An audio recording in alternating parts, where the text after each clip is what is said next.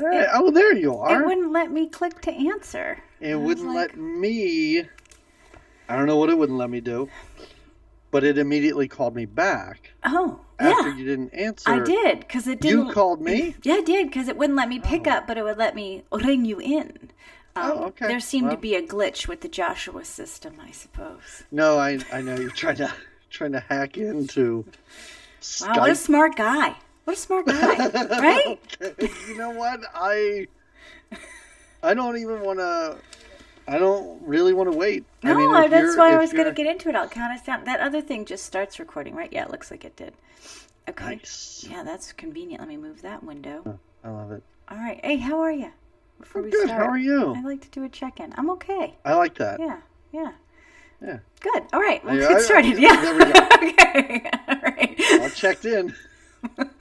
5, 4, 3, 2, 1. All right. Here it is. Oh, you were unsure with that countdown, but I think yeah. Oh, one. I think we're all good. We're ready, and we're ready to talk about this. Lock and load. Load film. it up. This film. This prestigious work of art. Had you seen it? Had No. you seen it? No. Okay. No. Okay. Now, I will say that I thought I saw this, but I confused this movie with Ferris the monkey Bueller? one. No. With the monkey one. Yes, with the monkey one. Because I was like, I think I watched a movie where, Matthew Broderick was clickety-clacking on a keyboard once, so it must be this. But no, there were more monkeys in Project X than this movie. Yeah. No, had you seen this? No. Mm-mm. Oh. No. I love it then. I love it when we can just discover something together. Like a little baby Broderick, I'll say that. How about... Wow. Right? Yeah. How young, how really baby-faced, right? How baby-faced, how baby-voiced. Like, I don't think he quite figured out what he was going to be or what he was trying to be at this point. No. Because, my God, what a dork. Like, I can't even believe this is Ferris Bueller. What growth we see, though. Hey, Ali Sheedy, you want to come up to my room and check out my computer? It's really cool. There are so many times where he's just such a whiny baby in this movie, and I can't take it. It's hard for you. It is hard. I have a problem with Matthew Broderick. Oh, can we talk about this? I didn't know. We can talk about it. We're going to have to talk about it because we're start. going to be knee deep in Broderick. But early Broderick, baby Broderick, as we said. All right, well, should we get started and then begin? I think we can get started. Let's get started and then we'll begin. Yeah, we can jump right in. We'll get started and then we'll actually get started. Yeah, that's a good formula. I believe I open, right? I think so, but I'm going to need help walking through. Oh, God, you're going to need help? Okay, all right. Okay. There were times where I found myself fading out. Like, near the end of this movie, when, first of all, the dinosaur-obsessed scientist, where does that come from and why is it in this movie? Anyway, he's suddenly with them at the end, and I was like, did I just zone out? Because last I heard, he told them to sleep on the floor of his house. And now he has this beautiful cabin. He's like, you can stay the night, sleep on the floor. You can stay the night. Yeah, sleep on the floor. Yeah. When we see from the outside, it's a palace. This place is huge. How did we not see when they're wandering around the beach and because he's kicked them out and Broderick's like, man, a rich guy like that, you'd think he'd have a boat. Well, he's got a helicopter. How'd you not spot it? I guess it was night. I don't know. First of all, I want to see Matthew Broderick just get in a helicopter and start flying because I feel like that might be a little bit too advanced for him. But it is funny when he walks outside and he's like, and even Ali Sheedy's like, well, what do we do now? And he goes, I don't know. We'll find a fucking boat. There's boats everywhere, right? She wanted to swim it. She was ready. She's athletic. And then that turn that the movie takes when that... all right. We got to get... We're not... mum's the word. All right. System shutting down. Yes. Yeah. All right. Hello, everybody. Welcome to another episode of Good Times, Great Movies. We are an 80s movie podcast, and every other week... we watch a movie from the 80s, maybe not the one we intended, but you know what? We always find one of them, and then we talk about that movie. I'm one of your two hosts, Doug McCambridge, and with me, as always, trying to I'm assuming, hack into my bank account. That's what I do. I'm all about those numbers. Yeah. And those Jamie, codes. if you are ever trying to hack into my bank account, just look around me, because the password that I use is probably just an object sitting around, like a pencil or perhaps my dead child's name. Well, to be fair, I wasn't passwords. I mean, that wasn't always a thing. So was it? How long were passwords a thing? So people weren't as clever. Right. I didn't mind that simple password guess. Right. I did. The school password was the funniest one. The one where it's just like pencil, and I'm like, is this woman just looking around at her desk? She was. And it's just like, did you see the other ones that are crossed out? It's like paperclip. Yeah, that's why I wasn't sure what that was for a second. Like, what's this kid looking at now? My brain, I'm not computer minded like you. It took me a minute to catch up a lot. Did you say like me? Please don't say that. I'm not computer minded. I hope I'm not. No, but you not do. That I hope I'm not, but I don't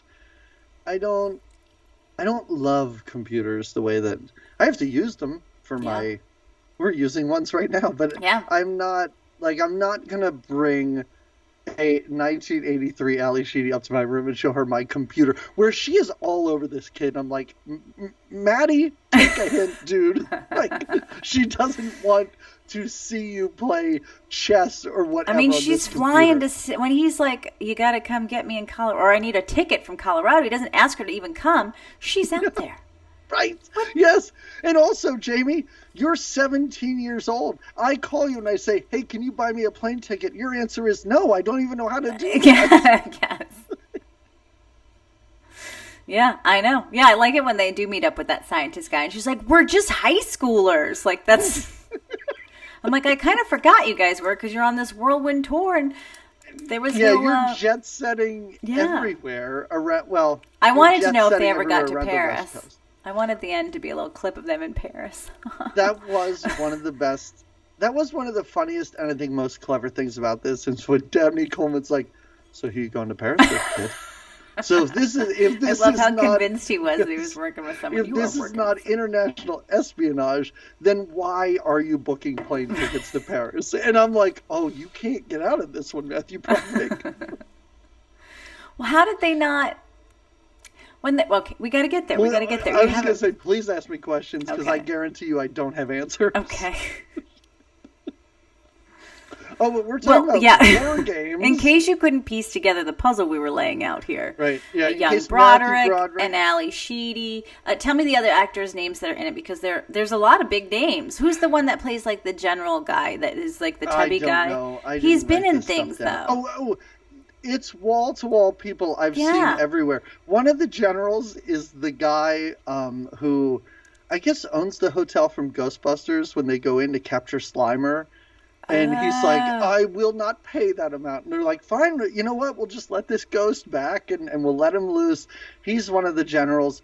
Did you notice the youngest Michael Madsen at the beginning of this movie? Yes, I did. Wow. Yeah.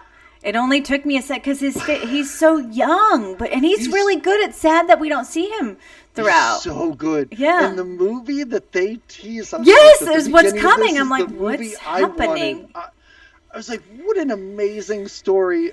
Oh, wait, that's not what that was just the opening. Just a teaser there. Yeah. At some point, they decided to make it this romantic comedy that it didn't need to be. No, nothing's funny about this. No, it's really nuclear war, and it's not. And I didn't. She didn't. I liked Ali Sheedy a lot in it. Sure. And I like Ali Sheedy, and I respected that because there was not a lot of other women featured in the. There are some women that are very integral to like the countdown and but right. I want to know.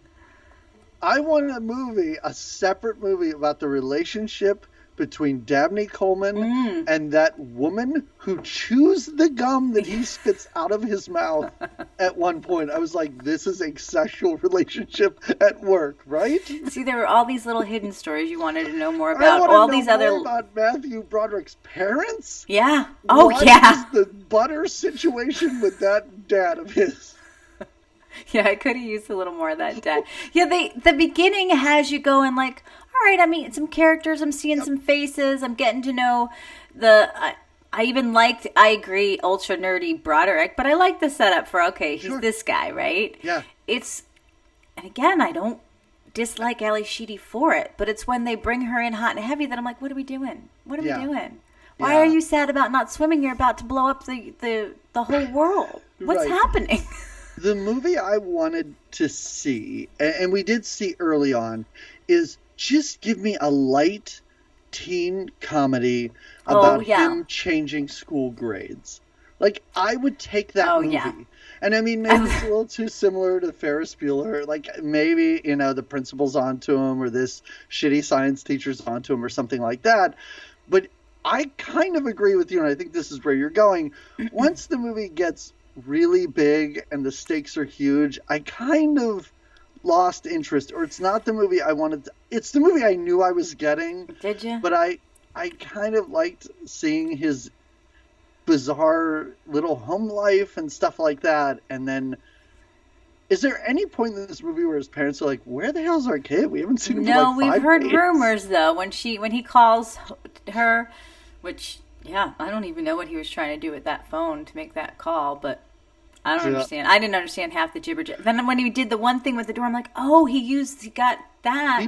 He MacGyvered this door. Yes! And he got no sense that he could do things like that. Like, I knew he was a computer whiz, but I didn't know, where does he find a tape recorder? The room they leave him in when they're like, it's like got all these medical stuff. It's like an exam room of some kind, like a physical exam room, because there's like. And then, he finds like a mini tape. What is, did you write down? Because I wrote down what I thought I heard when he plays that little tape recorder.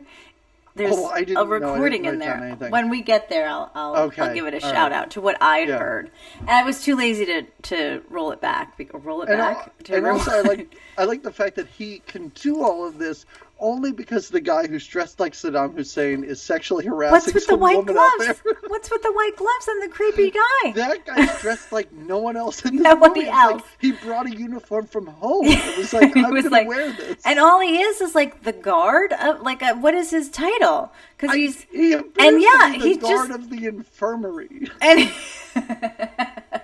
And then he's left, like you said, to just harass that one woman who's very clear with him. It's not like that. She says, "Stop it, get away from me," is upsetting. Yeah.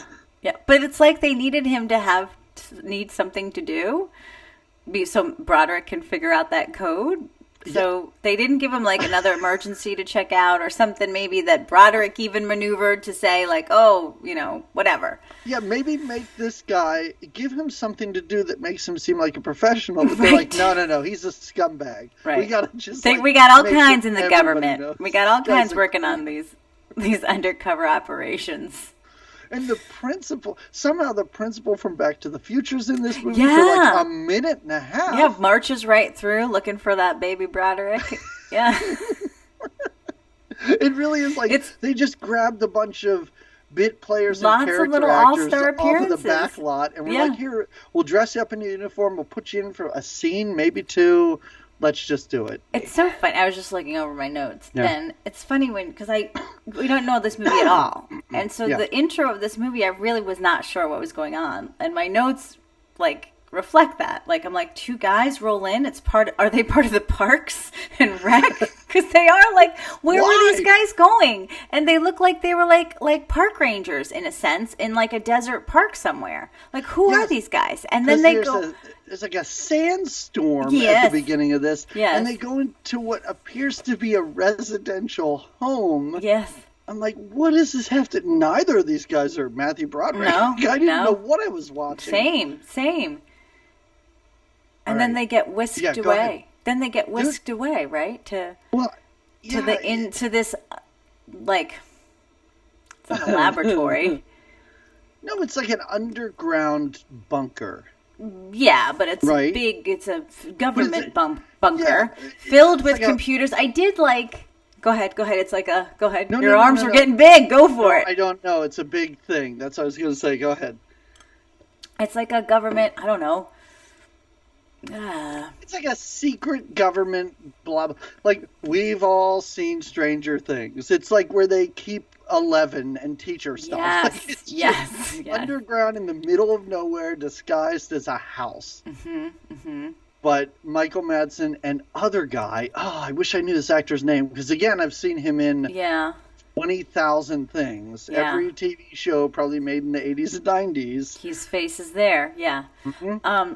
They're trying to stop them. No, they need the missile to go, right? They want to launch a missile. They do need the missile They need the missile to go. Yes. Yeah, and we find out, I guess, that this was just a training simulation for these guys. Which I don't because understand. Michael Madsen pulls a gun on the other guy and is like, dude, you got to turn your key. Yeah. And my thought is, wait, if you shoot him, that doesn't solve the problem. No, but I guess it's like if you're not going to obey, like that. I can think so. They're modifying their training because clearly something's gone wrong. This isn't the first time something like this has happened, right? Right. That they, apparently people are the biggest problem with this program. This nuclear missile program is people and having a heart and I guess caring about other individuals on the planet is the biggest issue. Yeah. But it's okay because Dabney Coleman, villain of this movie, question mark? Like, I'm not sure because he's not. No, he turns around in the end and he's not. It's like these sort of save the worldy movies. Sometimes the bad guy isn't necessarily a bad guy. He just thinks that what he thinks is right. I mean, does that make a guy bad? No, you're completely right. And I'm trained in my head when I see Dabney Coleman in a movie to go, well, he's you must be the bad guy. Yeah. Because we've seen Hot to Trot. Yeah. I've seen 9 to 5. Yeah. And spoiler for all of our listeners, we'll see 9 to 5 soon enough. Yes. Just to let you know, it's on the horizon. But every time I see him, I'm like, oh, he's a bad guy. Yeah. But he's just wrong at the end of this. It's not like he wants to blow up the world. It's not like he wants to kill all the Russians. Everybody's trying to do the best they can in with this what movie they think is right. Screwing up all the time. Yeah. There's no cross communication. Did you think it was funny that when Dabney Coleman's like, listen, we got to take people out of here. The reason we know that this happens is because guys are removing chairs from these consoles. Why are the floors getting clean randomly there? Why?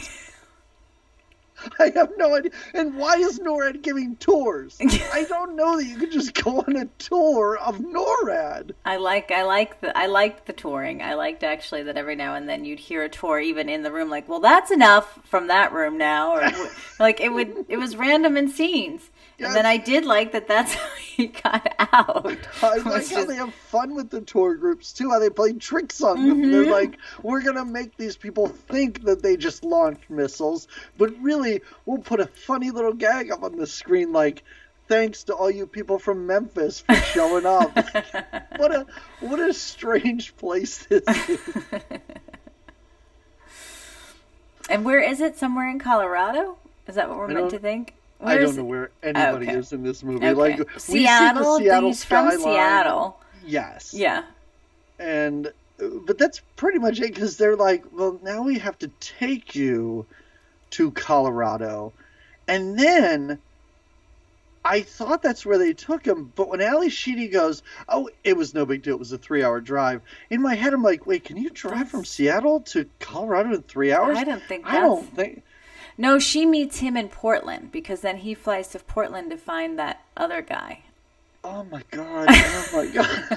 Oh my god! Wait, so she bought him a plane ticket from Colorado to Portland? Portland, yeah. And I didn't think he ever got on the plane because I thought he was spooked by seeing cops there. He was, but somehow he found, just like, because there was another issue. They almost didn't make the ferry, but then they did jump on the ferry or something. Yeah. They got there just like in we time. saw action Broderick jump 2 feet. All right, we're all over the place with this movie. We didn't even really properly start. We haven't, have we? Yeah. But have we said the title? We have. Yeah, we said. Okay. It's War Games from '83, directed by John Badham. The thing that really surprised me is I'm going to go. I only wrote down 3 cast members, even though there's a bunch. There's 3 main players in this. And I'll start at the bottom and go up because I was kind of surprised. So, Dabney Coleman, we saw him in, of course, Hot to Trot, like I said. And also, I forgot totally. This is a Patreon one that will be up for regular listeners eventually. How to Beat the High Cost of Living.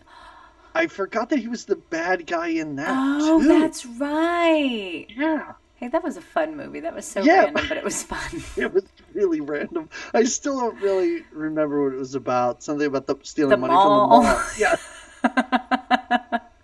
So then we have Ali Sheedy. Yeah. All right, who we saw in St. Elmo's Fire very early. What was that, our second, third? Yeah, that was pretty early on. Yeah, that was really early. Yeah.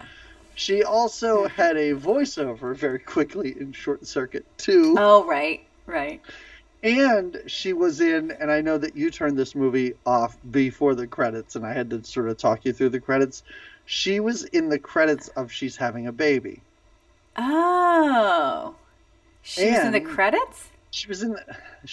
Okay, so the end of She's Having a Baby was just a bunch of people that John Hughes worked with.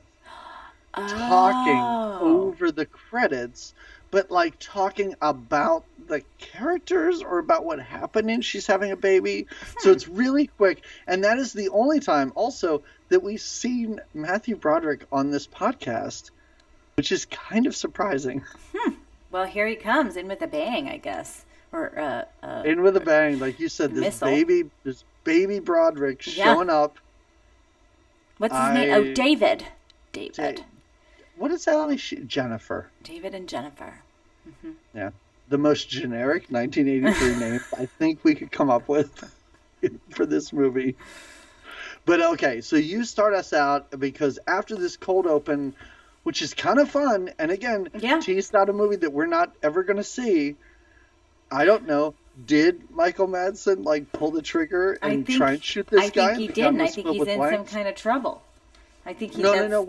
Did he? Oh, you're saying the intro is did he? Yeah. Well, we see the two of them when the guys remove the chairs because we don't need chairs anymore. We see the two of them leaving. I don't know if they're fired or they're just reassigned or something like that. But we see the two of them packing up their stuff. Oh boy, we probably should have done the right thing, and maybe we could have kept our jobs. No, but they're going to be replaced with computers. Replaced with what's it called? A Big Mac? A Whopper. Oh, okay. And it stands for wartime operation, I don't know. Person replacement. Whatever. Okay, that doesn't, okay. Let's say that's what it is. Yeah. Wartime operation person replacement. I like it. That's the Whopper. The Whopper. AKA Joshua, right? Kind of, because I don't understand why Matthew Broderick starts calling this thing Joshua. It's just the password. That's what I thought. He's like, Joshua's still playing the game. I'm like, wait, who is? I thought it was a Whopper. What's a Joshua? Yeah, when he refers to this computer as Joshua to the man whose dead son was named Joshua, this guy is not confused at all. This guy's like, oh, you got into Joshua, But maybe that's something where, we're not computer savvy, so we don't know. Joshua is the Whopper. The Whopper is Joshua. Exactly. You see? Yes. I do want to think that this guy's kid was just a big fan of Burger King. I think maybe. And then he goes, listen, I understand there's a nuclear war about to happen, but can we talk about Triceratops for just a little bit? Can I show you some film strips? Right. Can I show you this Harryhausen old claymation video behind me on a giant screen? Yeah. For no reason, because then it just devolves into a conversation of tic-tac-toe. Yeah. Which, who knew tic-tac-toe was going to be what saves the world? I'll tell you who did. The guy who designed this computer system. I guess. And is he the one that saves the day? No. He just stands back there and proudly watching Baby Broderick. Uh-huh. There's so many things wrong. But we haven't even started the movie because because we're scattered all around it right now. All right, yeah. So, So yeah, we got to see this top secret government place that definitely missiles and stuff. Top secret, very top secret though. Stuff, government things are happening. In the meantime, there's also, what do you call that? Like the war room. What's that room? It's in movies a lot that are with all the screens. Do you call that the war room? I think you just described it as the war room, and I would say that that's an accurate description or title. Because I don't know what it's called. Okay. It's a room with a bunch of computers and big screens. And everyone's all paying attention, and one guy's telling the other guy at the other computer. Yeah. It's all connected like a web. We've seen it all in movies. Either you're trying to get Tom Hanks to the moon in Apollo 13, or you're trying to blow up the world in this movie. And this Those is rooms the room kind you're in. of all look the same. This is the room. Is it a war room? Because not just war happens in it. I always thought of a war room as an underground bunker with a big circular table where a bunch of guys sit around and yell at each other. Okay. Like they're having like they're having conversations about how to start a war or where war's going to take us. Like the war brewing room. What? No, you're brewing. Because you're brewing up a war. Oh, you're creating. Well, you know what? They're creating a war. Or they're reacting. I don't know what this movie wants me to think. You know what this movie does? It kind of paints the Soviets in a pretty good light. Well, I wanted somebody, I wanted to hear some kind of Soviet officer be like, it's not us, or I can't do a good this is not us. Well, I assume they're French, too, and they're like, it's not us. I don't know. Wait, I'm not, no, that was like a Borat accent. I don't know what that was. But no, we never cut to them. We only hear, they said they're not... Well, first of all, the general's Southern or something in this movie. And he's just like, well, God damn it, everybody. They're telling me they ain't launching their subs, but I see them on this computer screen here. I'd piss on a spark plug if I knew it'd do any good. I just want to help. I look at the end of the movie and Dabney Coleman calls this guy... What does he call him? Like a pig-eyed sack of shit? And this guy's like, man, I expected more out of you with your hoity-toity education. And my thought is, that's a pretty good insult, actually. Yeah, I agreed. I was like, ooh, nice cut. Yeah. We can't keep on track in this movie. No, There's no way. Because I just want to get to the interesting parts and gloss over all of the nonsense that we have to deal with to get there. But as we said earlier, some of the nonsense at the beginning was the best kind of charming. Yeah, it's kind of charming. What kind of serious garbage can issues does this family run into all the time? And they're like, Matthew Broderick, there's trash all over the It's yard. It's the dog. It's that cute dog. That Ali Sheedy second time meeting it. Ali Sheedy, what a great little dog interaction. She's loving on the dog second time. She's like, hey, pup. It's the dog getting into the trash, and Matthew's not tying it up enough. And wait. We're going to have a barbecue tonight. Does your little friend want to stay? And then that's when she corners him between her legs. Yeah. Like against the computer. And he's annoyed by it. And he's like, Sheedy, can we not do this right now? I have to go pick up garbage. He's not in. That's, again, I don't want to say that she's unnecessary in it. But I wonder what his trajectory would be like if he didn't have the side hustle of having to fall in love with Ali Sheedy. If he wasn't distracted by potential sex all the time. But is it? Like, it's there. She clearly says we're in high school. But it is adorable, because that's what we're setting up in the beginning, essentially. Is besides that, we're setting up his goofy little home life with this mom who's a hustler of some kind. She's working too hard. When she said, we're having a barbecue tonight, I'm like, well, good. She's going to stay home and make some kind of a dinner. Because isn't it like... You know, the dad's making that. The barbecue's just butter. That's it. That's true. Up sticks of butter on the grill, I guess. The dad is one of those the 80s movies that's just good for these dad characters that are not like, they're definitely not any kind of a star or center of the movie, but when they come out, you're just like, this was somebody's dad. This is a character. This is a whole character, and this belonged to some human as their dad. Yeah, and I hate to keep bringing up Stranger Things, but like, one of the I don't know, I can't keep track of those characters in that, so I don't know. But one of the dads in that is just like this guy. Yeah. He's just got those glasses, kind of seems disinterested in everything that's going on, living in his own little world. Yeah. It's this character.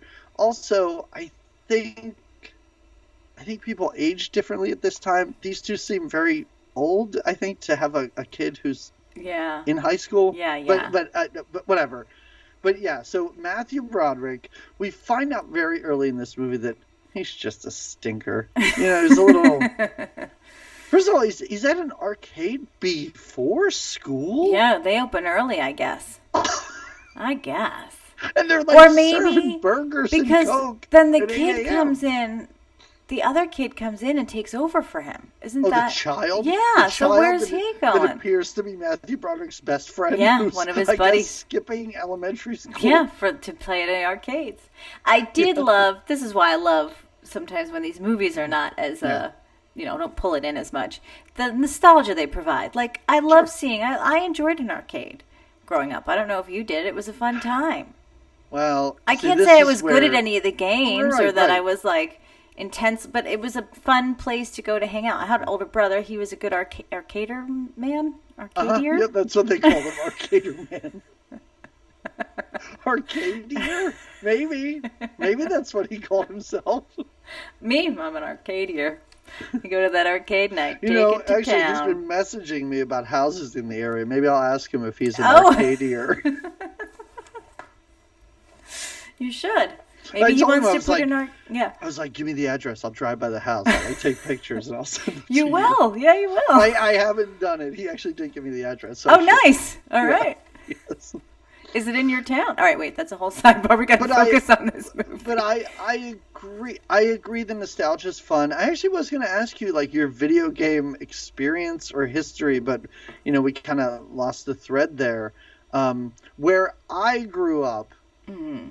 For most of my life, it was kind of in the middle of nowhere. Like, there was no arcade. Like, if you went to the mall, you could go to the arcade. Yeah. But that was like a 40-minute drive. Okay. So I didn't experience the arcade. Yeah. No. Well, growing up in New York, even the little fun pizzeria that we would hang out at had not a full arcade, but it had all at least 3 of those arcade machines. Yeah. It was Pac-Man and I think maybe Donkey Kong. So it was just a fun other thing to do. I was not intense about it like these characters are. Clearly, I was not an arcader. I was more of a fly on the arcade wall. Well, that's why I find it so interesting that Matthew Broderick is like jizzing his pants about playing chess, because I'm like, no, that's not fun. Like, that's not...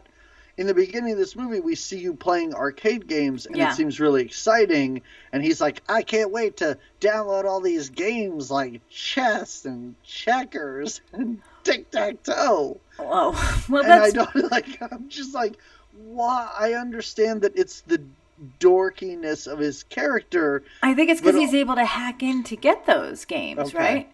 I think it is the hacking nature. I did expect Dabney Coleman to offer him a job at the end of this That's movie. what I thought was going to happen. I thought when he swished his hair, I thought he was going to shake his hand instead and say, how about you're on our special connects team or something. That would have been amazing.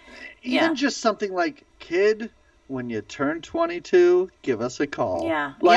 Go to school. No, they need to hire him on. I mean, he's a savvy guy. Now? Yeah. He starts maybe as an intern or something and just works his way up. I completely agree. Doesn't the government do that with hackers anyway? I feel like Yes, they're like, all right, you broke a lot of rules and we're not cool with that. But if you come work for us... But you got some good knowledge in that noggin. Come on over. Yeah. Sure, I appreciate the way that you tricked the principal from Back to the Future and locked that door from the inside. That's great, kid. Come to work for us. Yeah. Do we have to talk about this movie, or can we just say, I think we're just giving enough details, right? I think we're just giving enough. Let's see. Well, okay. So he goes to school, and he's kind of a shithead in science class.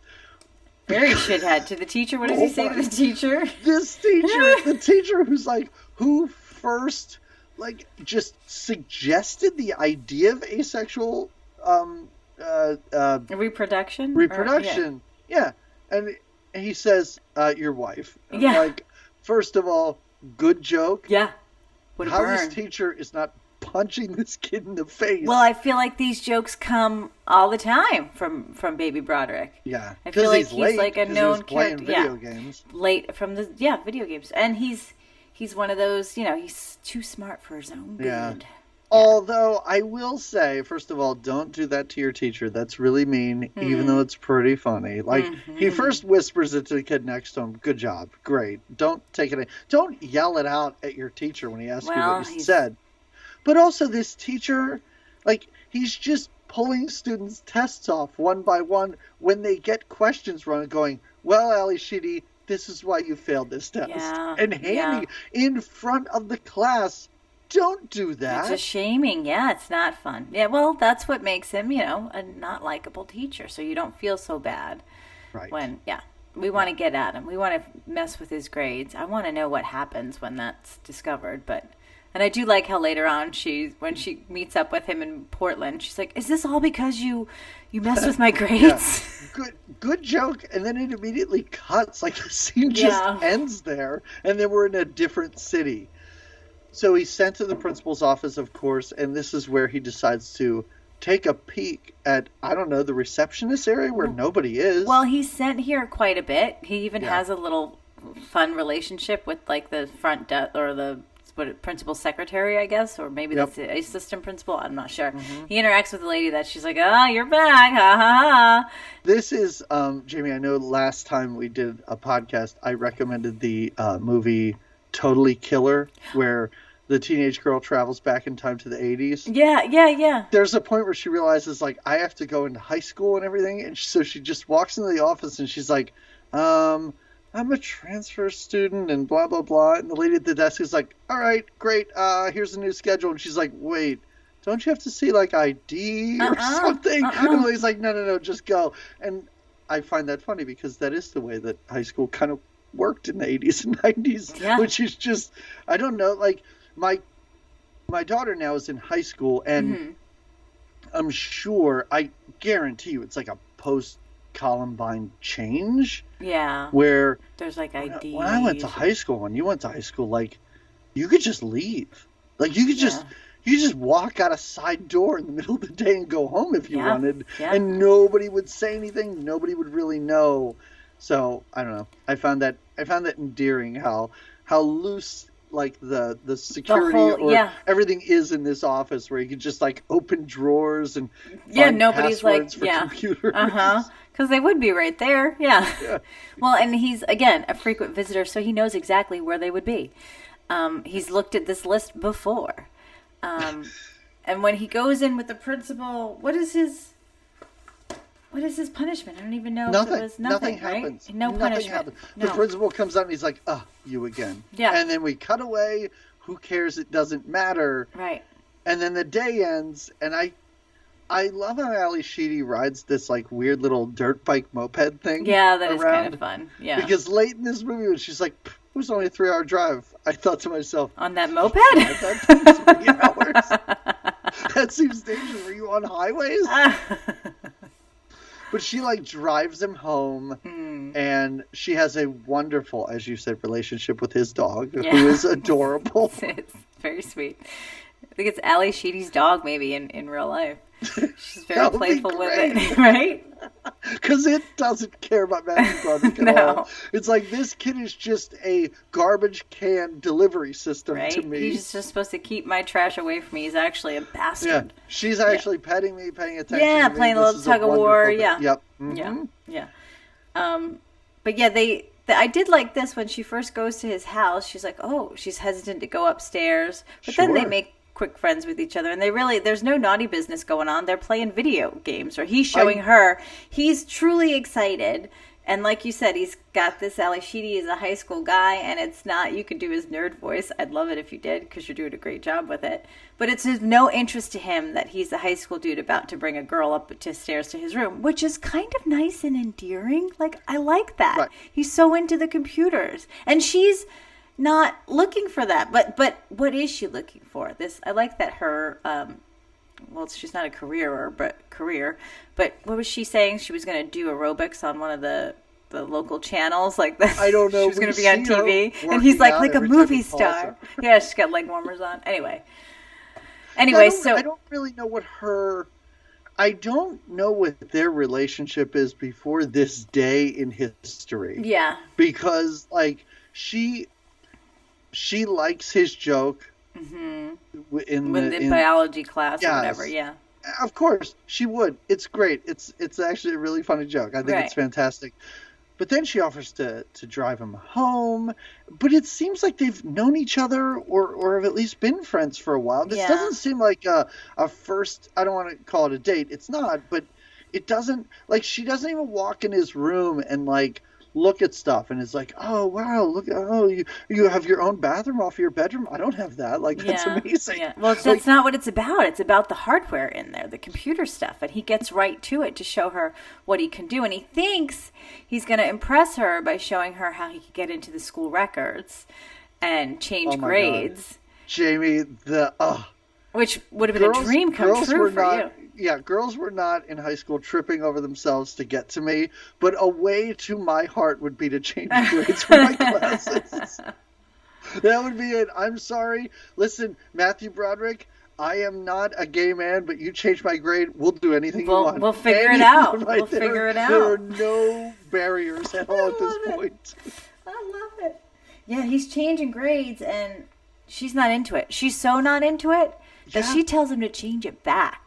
Well, I can understand that. Like, I mean, she didn't want to get in trouble with it. Scary thing. She doesn't understand the ins and outs like he does. Like, you're never going to get caught. It doesn't matter. Right. And at this point, like, teaching now, I go in and I can put my grades in, and I can look at those grades at all times.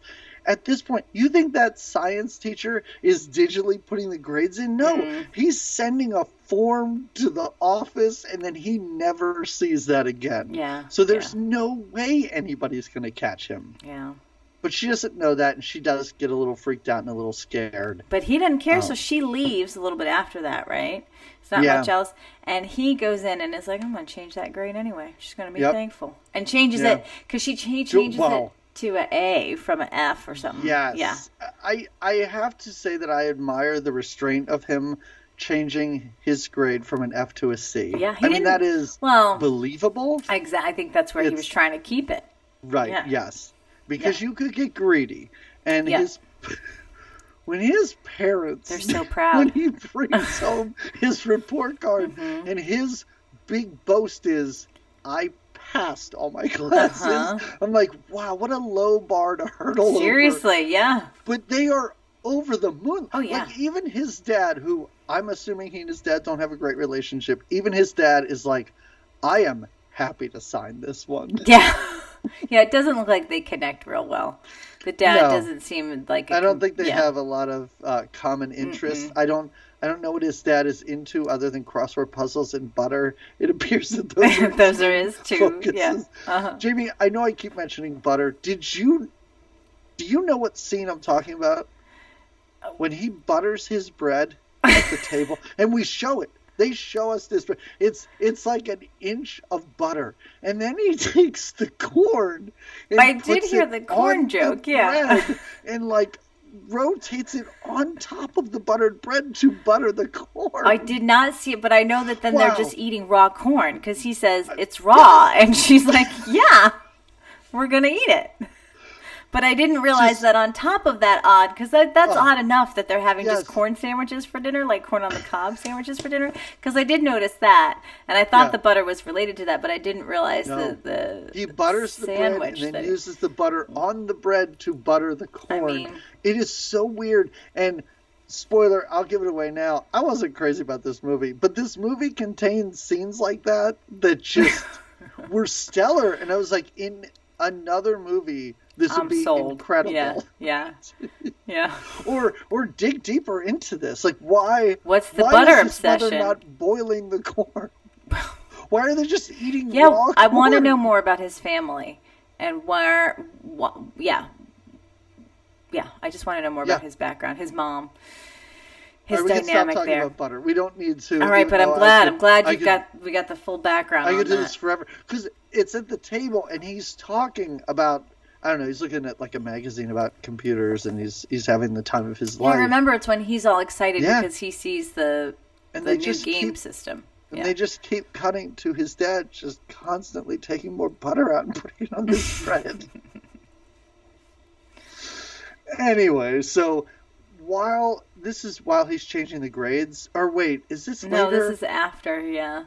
Later that he wants to hack into, and I think we can gloss over a lot here. Yeah. He wants to hack into a computer to get its newest games. Yes, he sees the ad for this computer like it's the best, it's the greatest. Who knows what the price point of this thing was in 1983? I'm going to say $20,000. Oh. And I mean, I'm overstating it a bit. For inflation, $20,000.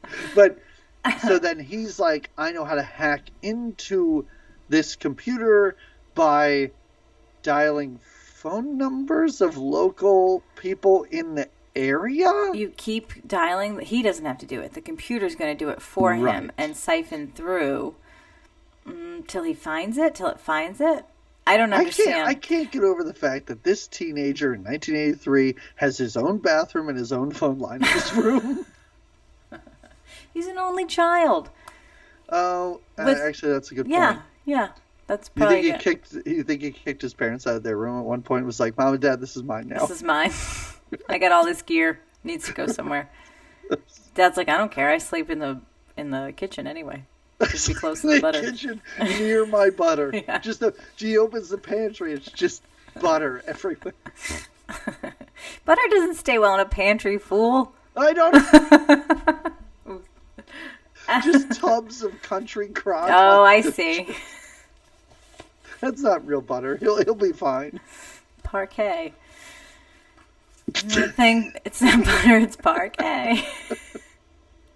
So he's just constantly dialing in, and I guess then... Again, not him. The computer is. Right. No, it does it when he's at school. Well, actually, he's not at school, because Ali Sheedy shows up, and she's like, hey, you haven't been at school. School week. And he's, again... This girl is showing up and he is just clueless and he's like, yeah, no, I haven't been there. I've been doing stuff. I'm busy. Yeah. Not even like, oh, you've been looking for me? Really? Oh, you've been looking later when me? He's like, I'm just laying here shirtless. Like, what's going to be happening here? Is this scrawny Matthew Broderick frame doing anything for you?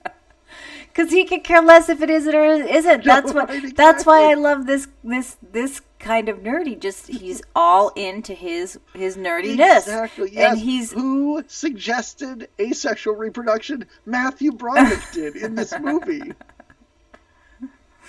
Oh, baby Broderick.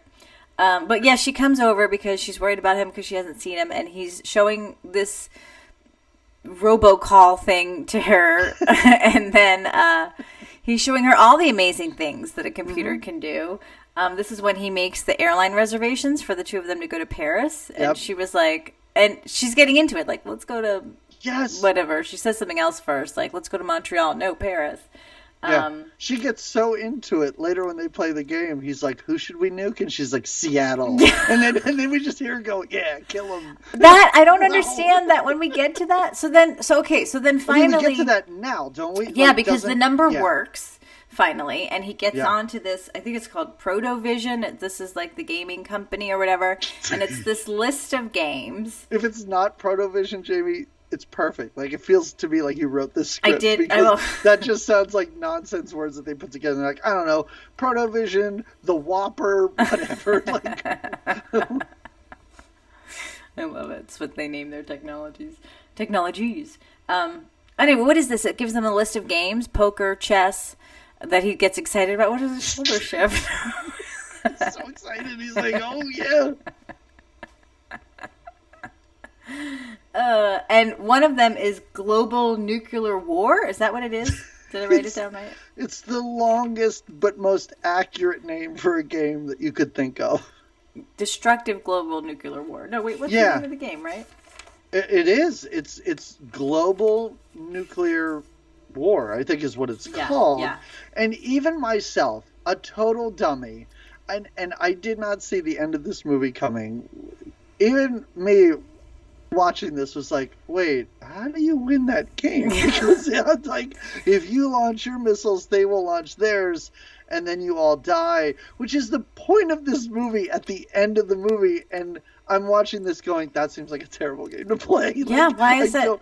And that's the game you want to play with your new lady friend now? That's why I don't get it when they get into it.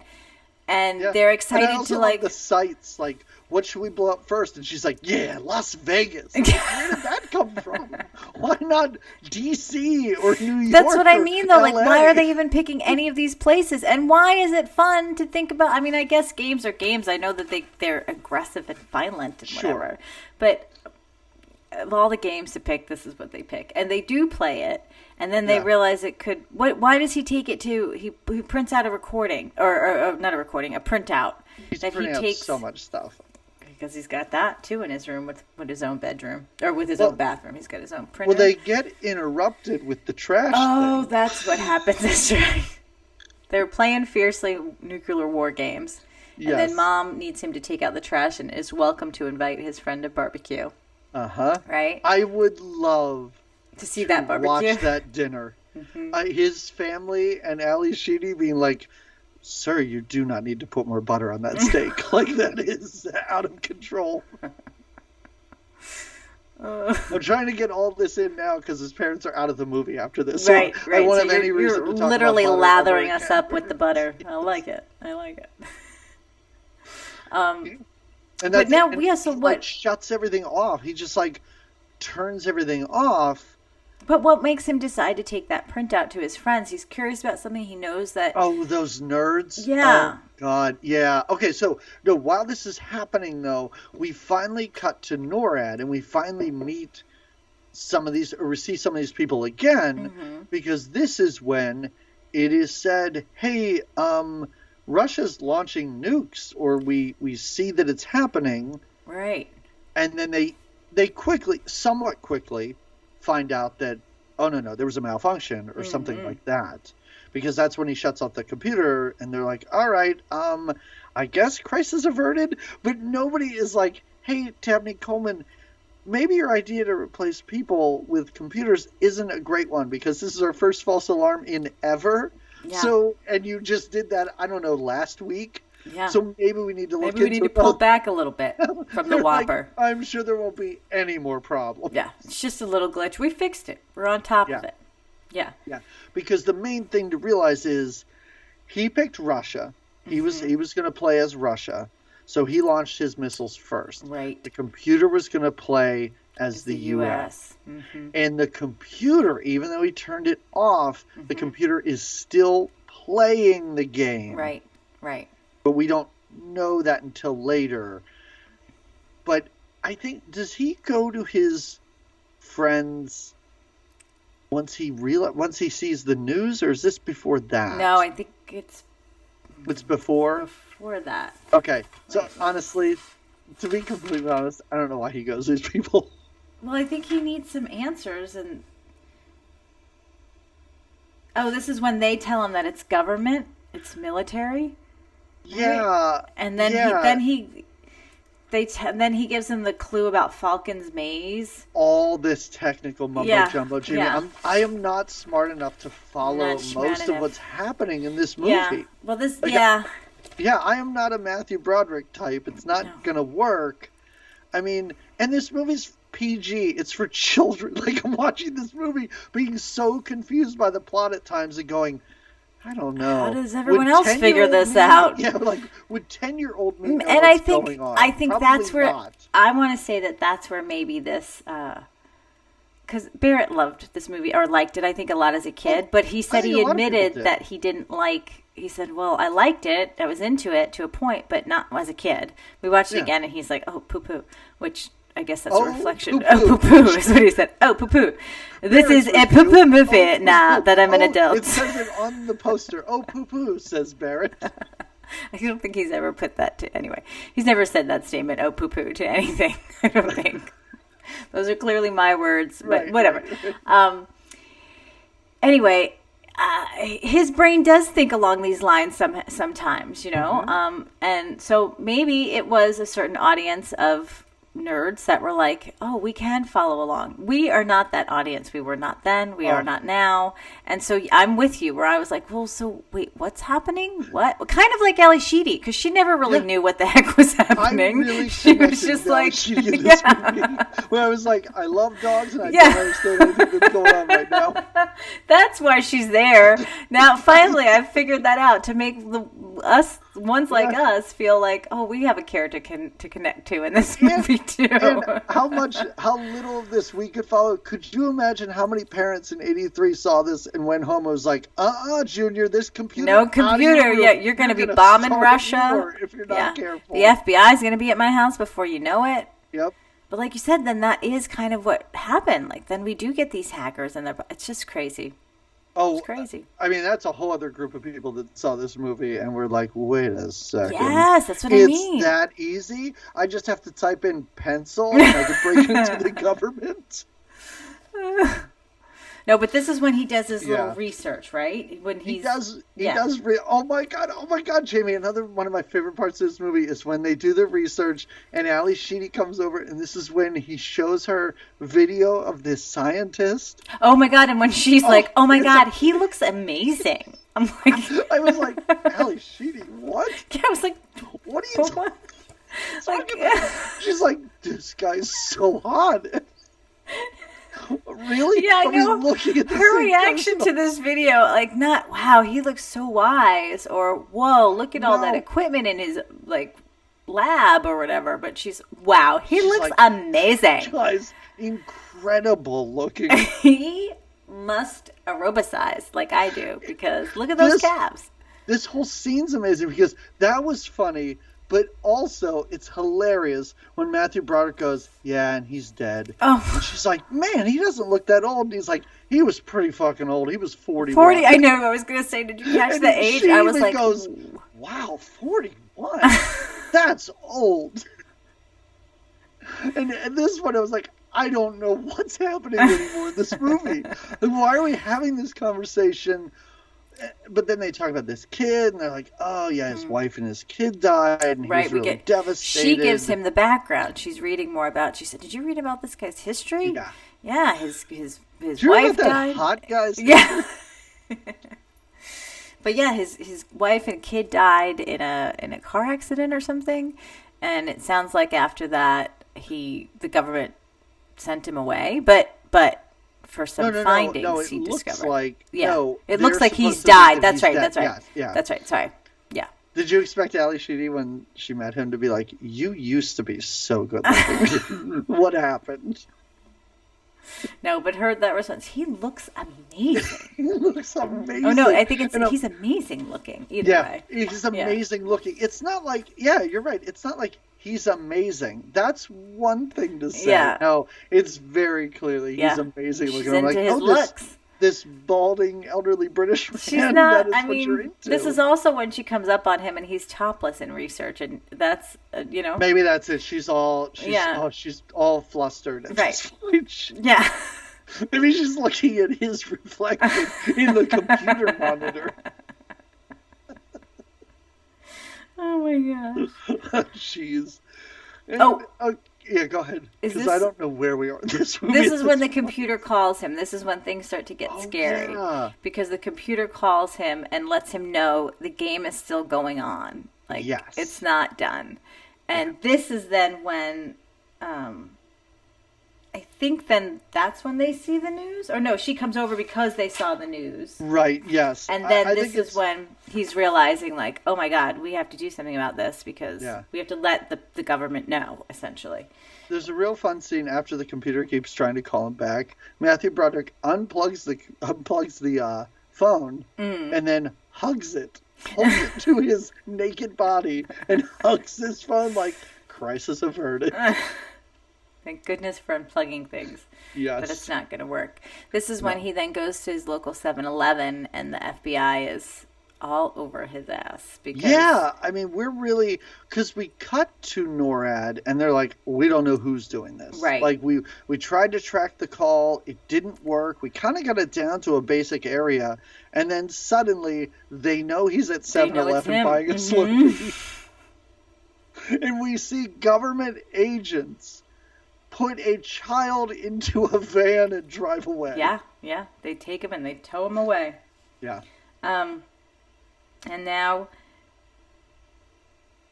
high school, what is this? What is happening here? I don't know what you're looking at. I'm looking at my notes.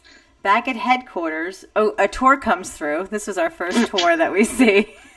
Our first of many NORAD tours. NORAD, who just had an alert that possibly the Russians were sending missiles. It's a great time for tours to come through.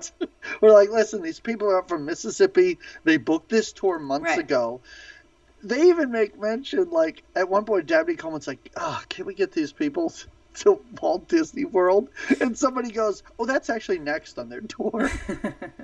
What is this vacation? Stop? Yes. What is this vacation these people are on? Goodness.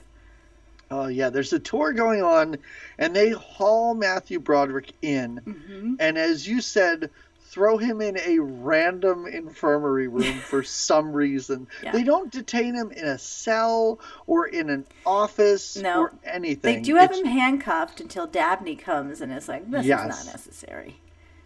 Which it is necessary because it's those magic hands, that MacGyver thing, so that he gets out of the room. So, because they all, they all have these theories because the FBI is there, the NORAD people are there, and they're all like, well, this kid, he's got to be working with the Russians. Right. And I love how the one guy's like, well, let's just take a look at his profile here. Oh, bad relationship with his parents? No friends? Yeah, this all checks out. Yeah, these are all it. Yeah. Intelligent underachiever, minimal friends. Yeah, this all makes sense. How do you know any of this? Yeah. How do you know that he's intelligent but an underachiever? You probably have his school records, all of which have been changed. So you're so how do you really know? He's fine. He's an okay student and perhaps intelligent enough to hack into our system. I guess that's what they're assuming. Yeah. But also bad relationship with his parents. I didn't understand that because I'm like, well, they weren't privy to the garbage stuff. Like, they didn't even talk to his parents. Although he does have his bedroom, like, locked. Where he has to use a key to get in. It's all that equipment. He's got to keep it safe.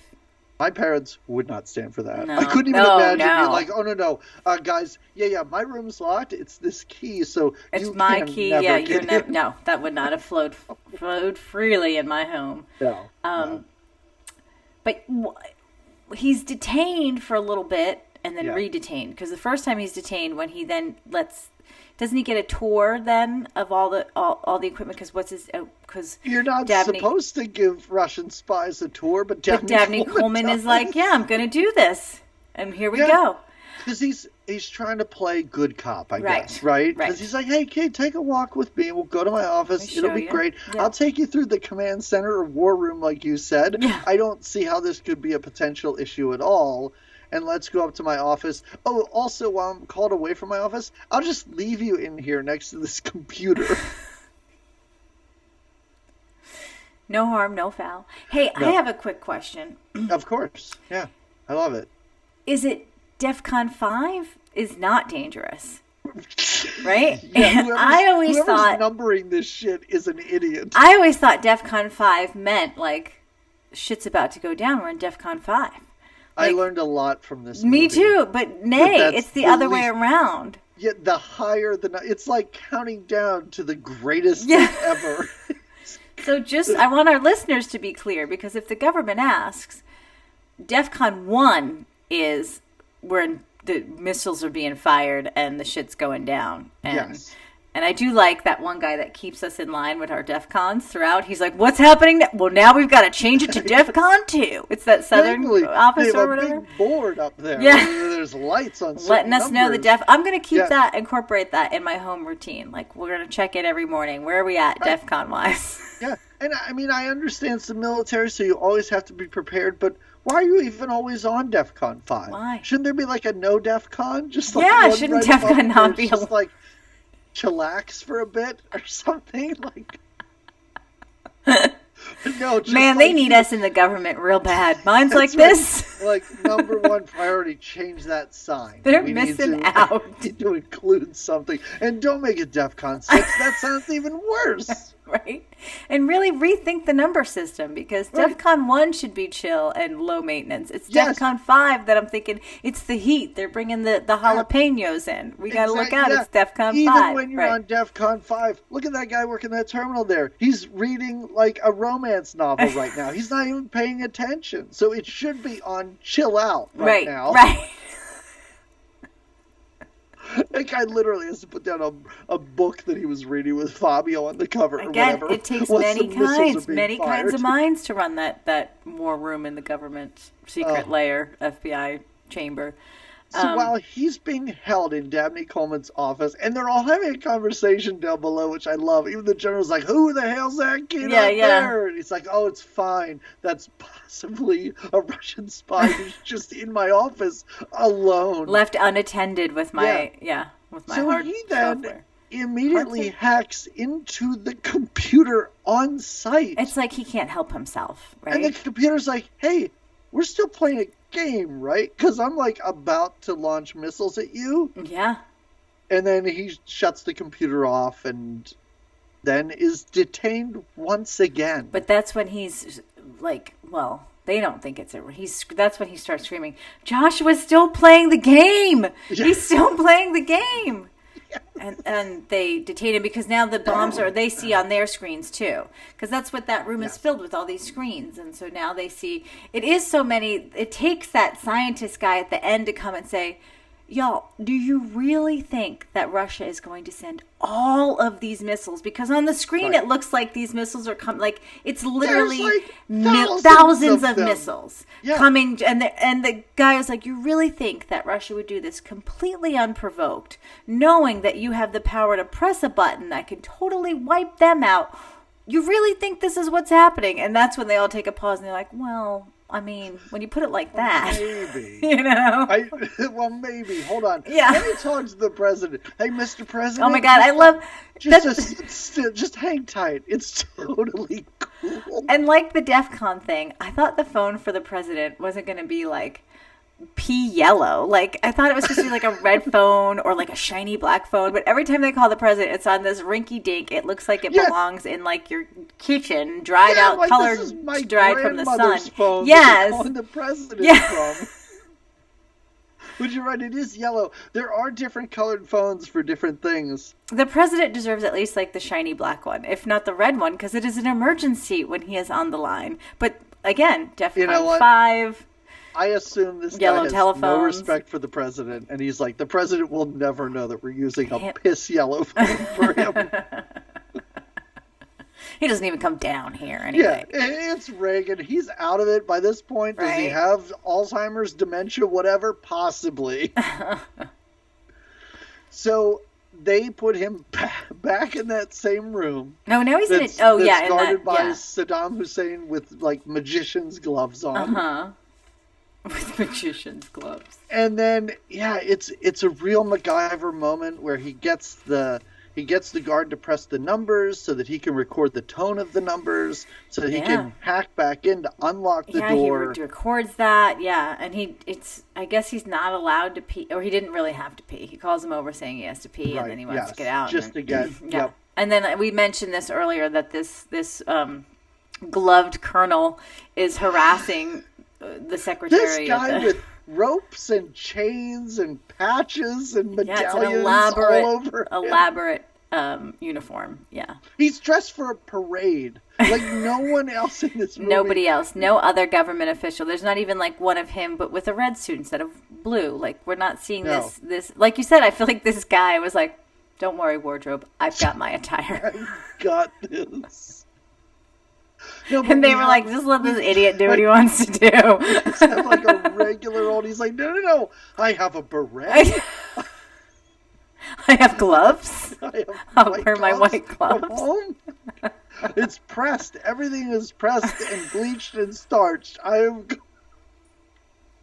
I'm going to make quite a scene. This is some theater kid that got his big break in War Games. He's like, yes, I will play the Colonel. I'll play him so well. I have to sexually harass this woman? Okay, I'm going to do the best job I can. I'm going to seek that out. And for all of the MacGyvering that he does, I found it very fun how he just gets out and crouches down and walks out the door. There's nothing else stopping him from basically leaving this entire compound. Well, he does. He gets down the hall and he sees the elevator coming up, and it's the group. It's the principal coming to, I guess, just question him for an umpteenth time or find out who he is and who he's working with. I like to think that people are like, his principal got to know Yeah, she's like, I heard you've been hacking in and changing grades. Right? Yes. And then he finds some vent system to crawl into. Yep. Always the popular vent system escape. Yeah. It works especially for thin-framed baby Broderick. He slips right through that thing. And Do I have to take my shirt off to get through here? No, it's big enough. And then he conveniently finds himself on the floor of the war room, excuse me. Yeah. And another convenience is the war room is getting its floors cleaned shortly, so everyone needs to leave. So he can I'm like, quietly escape. Do they clean the middle of the day? The custodians are like, no.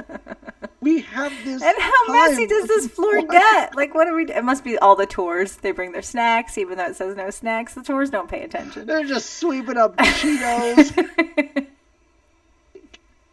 That is one of the funniest things. But they're literally like the floors are being cleaned. This tour ends now. But this allows there to be a mass exit of people. Yeah. So nobody really noticed him slipping out of the floor of the vent. Right? One guy does. Oh, yeah. But doesn't even. So much shit for like wandering away from the tour. And I'm like, still thinks he's with the tour. Right there.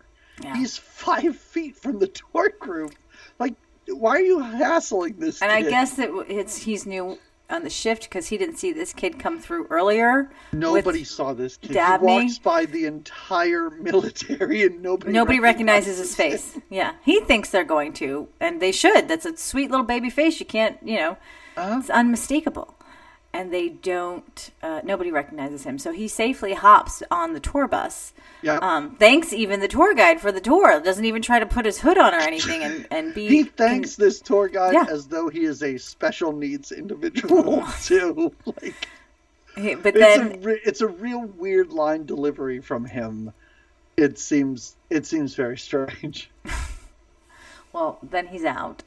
And he finds a payphone that he jimmies somehow. I don't know what he's doing with the payphone. Maybe he doesn't want the call to be traced. I'm not sure what he's doing. Know. But he calls he calls Ali Sheedy and tells her, like you said, a high school girl, to buy him his ticket because he feels like he's got some research he's got left undone. Oh, he also calls because he's got the address of Faulkner, I think is the guy's name, the scientist guy that he's whatever. I think it's Falcon. Half the people are saying Falcon, half the people are saying Falcon in this movie. It's like the Millennium Falcon, and people are just depends how long you've worked with him, Exactly. or if you've just read his name or you've worked with him, so you know it. Yeah, but he lives on an island. He tries to get his phone.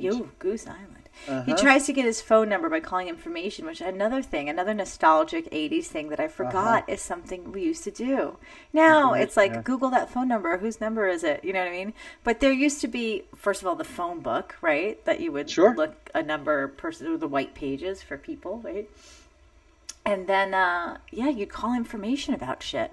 I'd call information to ask it about the weather and the time. What? I've never done that. I've only seen that in like TV shows. Okay.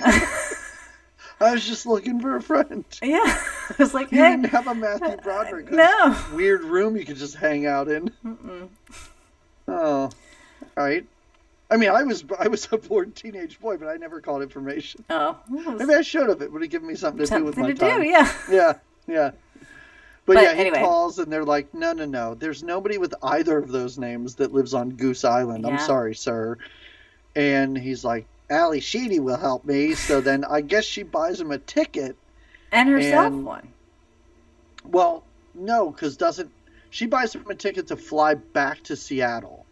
Oh. Or to Portland. Portland. And then she drives to meet him at Portland. Yes. Yes. And then they have an action scene where they jump onto a moving ferry. Yes. He's not happy at first to see her. He's like, well, I'm in a lot of trouble here. He's very jittery at the airport. This is when he goes to the airport and he sees the officers. And he's very nervous about what he's done. And even when he sees her, he's like, I've done something very bad. And she's like, well, are you going to tell me? And this is, when they get on the ferry, he has a meltdown on the ferry about finding the answers and that she doesn't care about the answers. And this comes out of nowhere. She's not going to believe him. Yeah, we have not seen anything that would signal that this is Matthew Perry's character. Or Matthew Broderick's character. Matthew. Right. Hey, little Perry. Yeah, boy, I haven't thought about him in a very long time, but of course his name's going to pop up when I'm really trying to think of Matthew Broderick, somebody who I really haven't thought about in a very long time.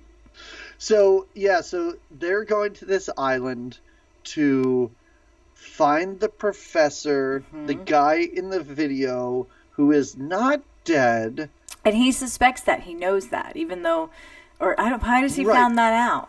We have no idea. I know that... we have no idea. Other people watching this movie know why. We just don't. Yeah, okay, gotcha. Okay, fair enough. This is when they're greeted...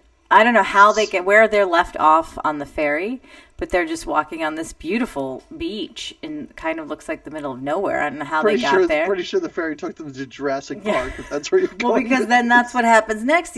I was like... Is that a pterodactyl?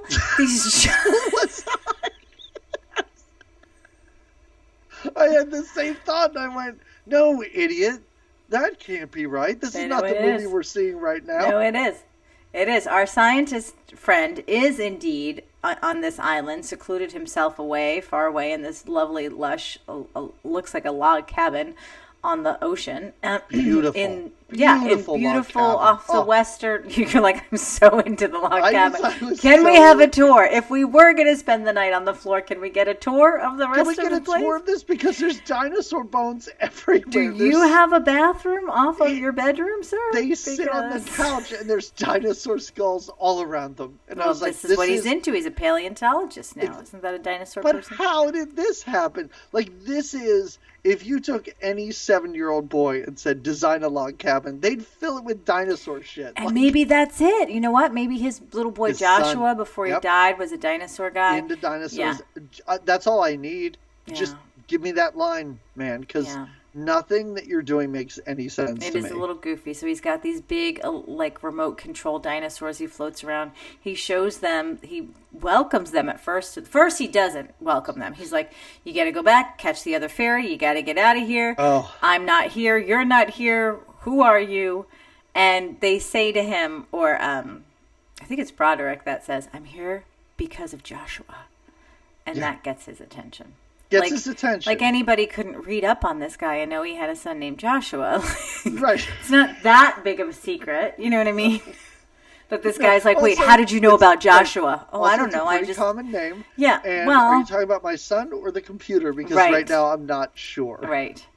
But they get a lesson from the scientist about nature and nature knowing when to give up. And he's the scientist has this whole attitude of, this is what happens. The dinosaurs became extinct. Now we as humans are going to become extinct, and we're falling around.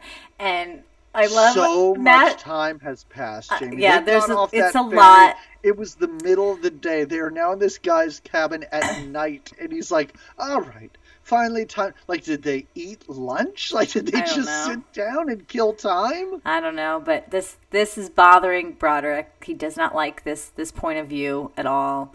He's disappointed in this guy that he could even think like that, because he's shared with him, like, I played with your computer game and now I'm going to fuck shit up. And the world's going to implode on itself. And this guy's like, well, good.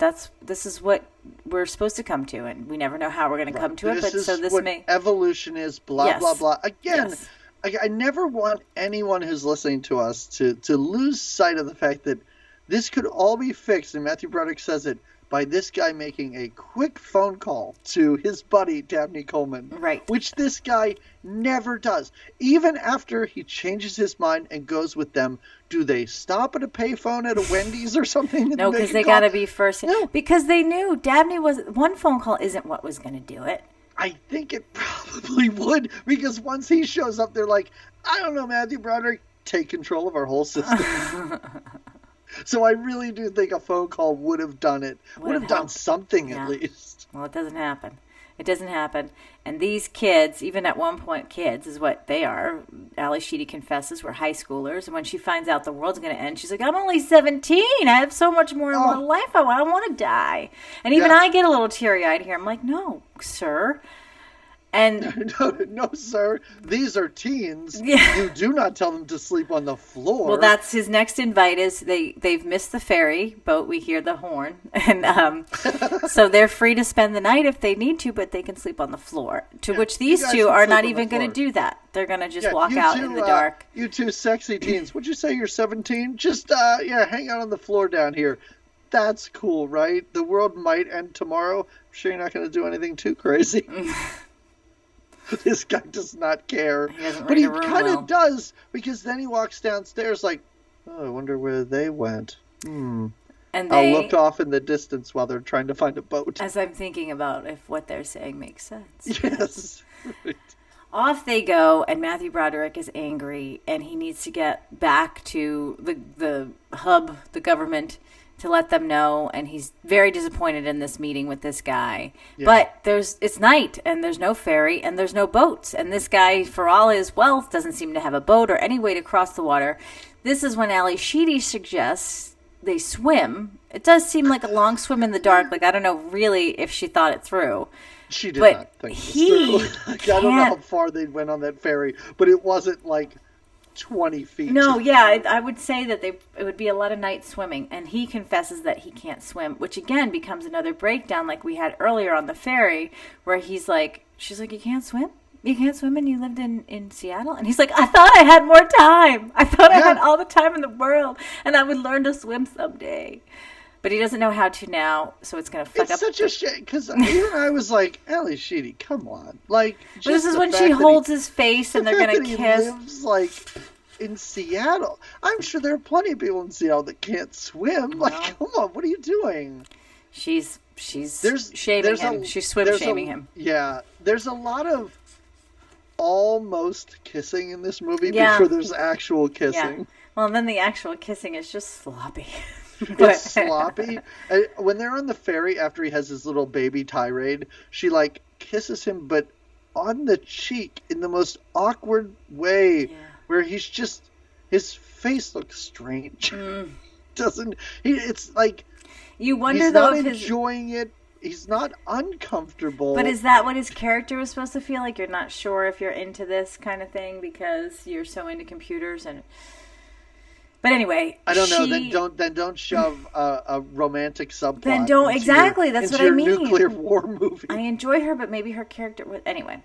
I have to say, I really enjoyed. I enjoyed seeing her playing this type of character. I feel like because I feel like The Breakfast Club is one thing that's a very different character, and then when we saw her in St. Elmo's Fire, she's like a 20-something.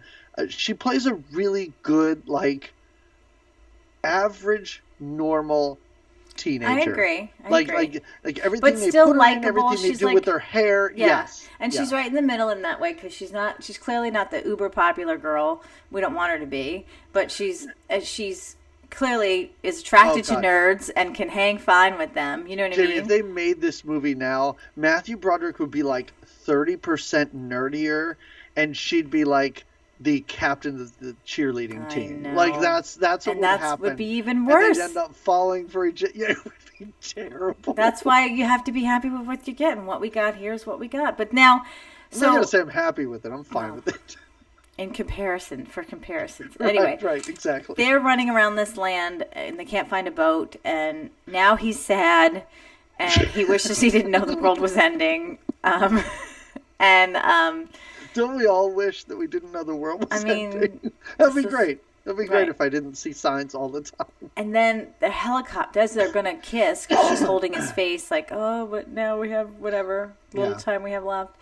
And the helicopter lights come. And he thinks first, he's like, that guy called in on us. He thinks like that, they sent the government after him. But it's actually Faulkner, Foster, whatever his name is, in a helicopter. One of those. Yeah. It's either Australian it's for beer or whatever. It's that motherfucker, and he's there. And he's got his, So why doesn't, and this is the point in the movie, and I'm not saying I tuned out for the rest of the movie. I didn't. But something must have happened when I was watching at this point, because I don't remember the helicopter. Next thing I know, they are flying down the street in a Jeep. Yeah. So how did they get the helicopter to the Jeep? Why didn't he take the helicopter directly to NORAD? I don't know. Eventually he calls, I think, because there's this lady that is with them, I think, from the Jeep. Because you said he doesn't make the phone call, but he calls some lady that kind of makes sure that they get in, because now he calls the woman who chewed Dabney Coleman's gum. Oh, is that who? Maybe it's Coleman. Yes. Maybe it's his assistant. She's the one that's like, hold the door, right, for them when they're coming through. I can't stress enough that there is a scene where Dabney Coleman needs to get on the phone. He takes the gum out of his mouth, hands it to this woman, and she puts it in her mouth to, I guess, just keep it chewy. I wonder if in real, I don't know. You think it might be his wife? Or just maybe like they had a thing, and during the movie, or maybe not. Maybe she was like, I'm his assistant and I do all the things. I don't know. That's a weird thing to add to my assistant's duties, but if I chewed gum, I might think about it. Later in this movie, the Falcon guy shows up, and he's like, oh, Dabney Coleman, I see that your wife is still picking out your ties. Yeah. I want this one to be like, I am also his assistant. And I'm chewing his gum for him, too. Chewing his gum. I'm not just his wife anymore. Oh, my God. But, yeah, I think he makes some kind of call, I guess, so that he can have access to the government. Right, because I didn't understand why that woman was holding the door. I didn't. Yes. Okay, something must have happened. I must have just left the room for a minute or two. I'm not sure. This guy who's driving this Jeep, I think wants to kill them, because he crashes through the gate, and then the Jeep rolls over on an open top Jeep. Yeah. With the fate of the humanity in it, this guy crashes the Jeep. And thankfully they all jump out and ask if each other are okay, and then run into the underground bunker. Right. And by the time they get in, it's a DEFCON 1 situation, right? It is, It's not good. Yes. Contrary to what that would make you think, audience, be clear. Yeah, because now it's saying that Russia has launched all the launching of their beginning. Missiles, everything, and from submarines, which Russia's denying that they even have submarines out there. Yeah, on the phone, they're like, we don't know what you people are talking about. And it's like all these things, and I love it because Faulkner takes one look, looks around, and he's like, it's not real. It's not real. It's not really happening. He's so happy with it, though. He's so happy with what Joshua can do, I think. Yeah. But he's like, guys, come on. Can't you see this is free? And this is when he explains in black and white. It makes total sense. Like, do you really think this would be reality, that Russia would launch just about every single one of its nuclear weapons at us unprovoked? Exactly. Expecting us to retaliate, knowing that we will. Do you really think this is what's happening? And this is when he tells that one, the Southern officer guy, who's got some fun liners. I didn't write all down. I'm going to get on the phone with these guys, and I'm going to figure out what's going on here. He's the one. He's very angry because he's, even in the beginning, when Dabney's computers are taking over, or Whopper is taking over, he's very disappointed. He's flame broiled. He's going to flame broil the earth. He's going to flame broil you up. Anyway, this colonel, this Southern guy, who has been in things before, but he's very disappointed because he's all about the people, the men doing the work. And even now, throughout this thing, he's like, it's your dang computer doing this, and got to get your computer under whatever. Anyway, Fokker gives him a little information, or a little what for, and says, you're listening to a machine. Yes. Do the world a favor and don't act like one. Oh, I love that you wrote that line down. It's a great line. Did you like my serious delivery of it too? It was. It was actually way more serious than Faulkner Toyota decides to deliver his lines in here. I think I did a fine job. Yeah. You did a better job than this British actor. You probably listen. If we reboot this, I'll be. You can do that, yeah. Thank you. Your one demand is, can we not do any of the dinosaur stuff? Can I have some other hobby? Fair enough. Other interest? It could be yoga. Okay, it could I'll be take like it. hippie stuff, whatever Okay. you want. I love it. But I love how this general or whatever decides to test and see if Russians really killing us. I love it. Just to get on the phone with guys and be like, listen, if you're still on here in a minute, can you just say I'm not dead? Yeah, he's like, all right, well, we're going to hold down. We're going to agree with him that this isn't really happening, so we're not going to do a counter fire, but I'm going to call the guys that it's going to hit first. And I'm going to be on the line with them, so if they're not here, well, we know. And it's not even like he literally just calls these guys, and then it's silence. Well, he doesn't even say so. They must all know. They must all be on high alert. Yeah. Yeah, but then after he explains what's going on, he's like, "Just stand by, no big deal." But he doesn't hang the phone up or something. It's almost like he should be. And this is, if I'm one of the guys on the other end, what I want is for this guy to say things like, "We appreciate your service to this country." Just like some words. No. He's just like, I'll be there something to listen to you fade but out. Instead he's like, don't say anything for a while. Right. I'm not going to talk to you. Right. And then when it hits 0, just let us know if you're still there. Yeah, just give us a hey if you're still around. And then we'll know. Like, can I just maybe give my wife a call? Yeah, can I call my like, wife okay? or let my kids know I love them? No. This is this. They're in it. They're like, all right, we're here, and we're proud to be here. And then we get a very intense countdown till impact. This woman, it's not the computer that counts us down. It's this one woman. It's her job to count the things down. Mm-hmm. And she does it. And I love the phrase that everybody uses to celebrate in this war room, because we're okay. The guy is on the line. Yeah. These missiles were not real after all. And yip, yip, hooray, which might have been better than them all shouting, all right. All right. Yeah. All right. All right. All right. All right. Yes. All right. I don't okay. Yeah. All right. All right. I mean, I guess it's fine. All right. It's fine. All but right. We're celebrating too early, Jamie, because the computer's still playing the game. Joshua is still playing the game. And the computer, for some reason, is the U.S. in this game, and waits for the missiles to hit to then launch their missiles, which doesn't sound like the way that this game would be played. And then it locks everybody else out, so nobody can access because exactly. Yeah. No, but I assume they're all trying to type the word pencil in. Yeah, and it's not working. Stapler and they can't figure out all the guys that work the computers there, because there's another guy with glasses. There's Dabney, and it's not working. They can't. Whopper won't let them in. It is such a goofy name for this is the system that controls. It is so silly. Don't make me think about Burger King while I'm watching. Well, I'm trying to watch the movie. And of course, Broderick's brain, he starts thinking, and we go through a bunch of things that he thinks it could be based off games, and it's still playing a game, and then finally he picks a couple of different games. They don't work. Why isn't the password Burger King?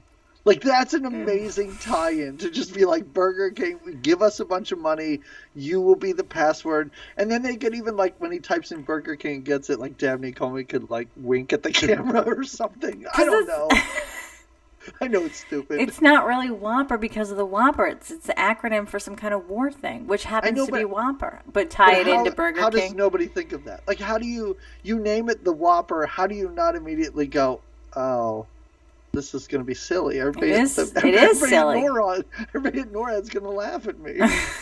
You know what? Have it your way. Isn't that the Burger King slogan? I think it is. Yeah. It is have it your way.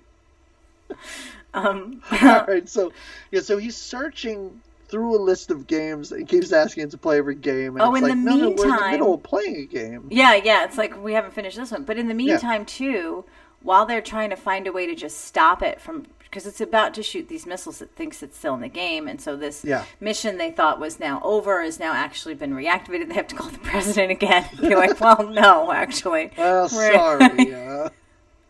where we thought we were in the clear, but as it turns out, we're not in the clear. I So don't want to call those guys in Alaska. Like, they've really already been through it. Yeah. Look at Remember I said man. that you weren't gonna die? No, it's just a 10-minute delay, really. In the meantime, the computer system, Whopper, Joshua, whoever he is scrolling through numbers so that he could figure out the code to unlock the missile, because it needs the code to unlock the missile. So as Broderick is spending the time trying to figure out which game is the clue in to get access into the system and stop him from playing the game by having him play a different game. Yeah. Again, someone in this movie put in a nonsense code of just letters and numbers. Yes. Not Dabney Coleman's birthday or anything like and it's like that. It's like the password you get when you first get your internet, and they're like, all right, so it's T, capital Z, 9721, whatever. The thing that I never changed, and I always have to look at the paper. Yes. And I'm like, God damn it, why don't I change this? That's what they're using for the main bomb going off in the U.S. It's silly. I hope they learn lessons from this. Yeah. But it comes in just the nick of time. Like, I think and again, just like there's a lady counting down before the bomb's going off, there's another lady that's like, he's got 7 letters. Or 7 numbers. He's got 8. The computer's got 8 numbers. Yep. I think there's 10, and we get to 10. And just when we get to 10, tic-tac-toe is being played, and it's being played aggressively. Like, so I want to warn people that if they do watch this movie and they haven't seen it, there is some flashing lights at the end that could cause you to have a seizure. Like what those computer screens are doing. I watch so many movies where I see that warning at the beginning. I'm like, wow, okay. And it'll be like for maybe 2 seconds of the movie. You're right. There are X's and O's flashing at us so fast, continuously at the end of this. So fast. It's like a light show. And then there's a message. There's a projected no. Basically, Joshua learns by playing tic-tac-toe that there are certain games you can't win. Oh, because that was... And then it switches over and starts auto-playing the global death simulation, whatever it is, and every time it's like winner, none. Winner, none. For all the countries and all the ways to play the game, right. And then I guess it just freaks itself out so much that it explodes. Because all the lights go out. Yeah. It's just dark there for everyone, and they're like, "Well, was that the missile?" And then a message comes up on the screen from the computer, and it's to Mr. Faulkner or whatever, who he thinks he's playing with, and he said, "What a strange game. The only winning is to not play." Yes. And then the game is ended, and we are all happy this movie is ended. Like I said, maybe I want to see them on the flight to Paris. Again. Yeah. It's a real roller coaster. All right. All right, for real this time. All right. For real. I guess that is something. And then it's like, Dabney Coleman just like tussles his hair. Yeah, Well, he gives a hearty handshake to his old friend there, Mr. Faulkner. And then, but it's really Baby Bueller that saved the day. So, kind of. Again, well, really, Faulkner was like, he was like the wind beneath his wings, right? He stood behind him, and even when Matthew Broderick's like, wait a minute, I think I know the game. This guy's like, I think you do. You do. You do. I've known from the moment you actually visited I walked me, in the room and I'm not going to say it. I'm going to let you struggle. You go ahead. You say you got to figure it out. Yeah. But yeah, that was the War Games. Now, I don't know, the audience may or may not know, we were originally going to watch Tough Guys Don't Dance instead of this movie. And I almost want to recommend that we find it because I read the description and I was like, this movie's going to be amazing. So strange, so perfectly good times, great movies. Yeah. And this is I think it's a pretty popular, maybe decently well-known 80s movie. This one, The War Games. Yeah. We both said we didn't watch it when we were kids. There was a reason. We were not these type of kids, and we were unimpressed. I would speak for both of us. I think we were unimpressed as adults.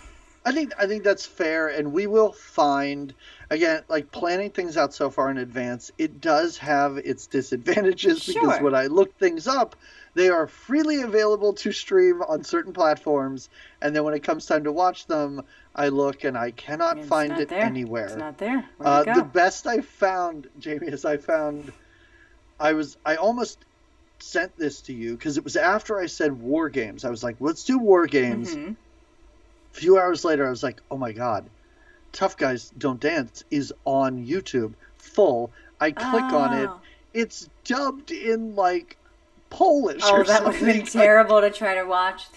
Well, that's when you said you couldn't find it, and you were like, unless you can. I'm like, nah, we'll just do War Games. Oh, you were already into it. You sent me a screenshot. Yeah, I was like, well, because I'm I was 20 minutes into War I was Games, determined that was the night I was going to now. watch. But I have to say, and it took me 2 nights to watch this movie because I was like, all right, when they put him in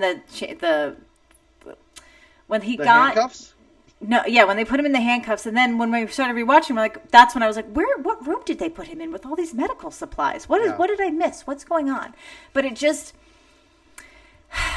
I started watching it last night, and when he started doing his research, and it was just like a research montage right before he met those nerds, I was like, I think I can finish this tomorrow. So I just turned it off. Yeah, I was... And I finished it kind of right before we started recording. Oh, wow. So good. Everything was pretty fresh for you.